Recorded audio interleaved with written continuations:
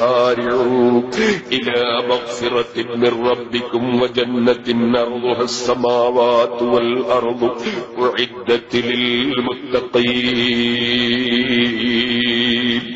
ആകാശഭൂമികളുടെ വിശാലതയുള്ള സ്വർഗമുണ്ടേ ഉമ്മമാരെ, സ്വർഗമുണ്ടേ കാരണവന്മാരെ, സ്വർഗമുണ്ടേ യുവാക്കളെ. ആ സ്വർഗത്തിൽ തലവേദനയില്ല, ജലദോഷമില്ല, ശ്വാസം മുട്ടില്ല, അലർജിയില്ല, കൈകാല് കടച്ചിലില്ല, വേദനയില്ല, തീരില്ല, സുഖമില്ല, ക്യാൻസറില്ല, ഷുഗറില്ല, പ്രഷറില്ല, ഹാർട്ടിന് രോഗമില്ല, കിഡ്നിക്ക് കംപ്ലൈന്റ് ഇല്ല. അവിടെ അതാ ഒരു രോഗവുമില്ല, ഒരു മരുന്നിന്റെയും ആവശ്യമില്ല, ഒരു തളർച്ചയുമില്ല, ക്ഷീണവുമില്ല.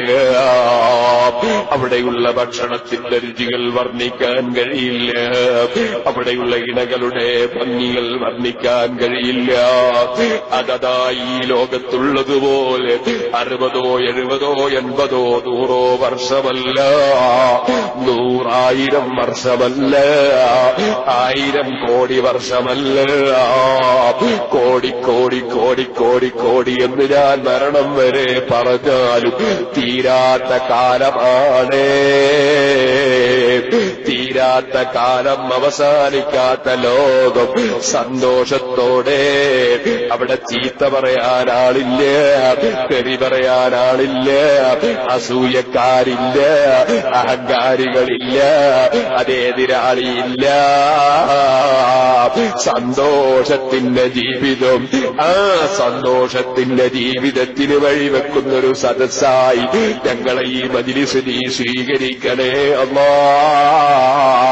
ഞങ്ങൾക്ക് സ്വർഗം തരണേ അല്ലാ.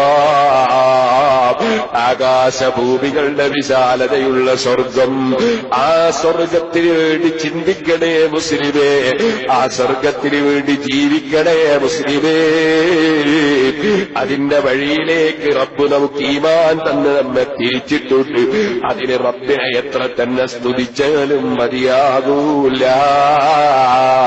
അതുകൊണ്ട് തന്നെ ദുനിയാവിലുള്ള ക്ലേശങ്ങളോ ബുദ്ധിമുട്ടുകളോ അതൊന്നും ഒരു പ്രശ്നമല്ല.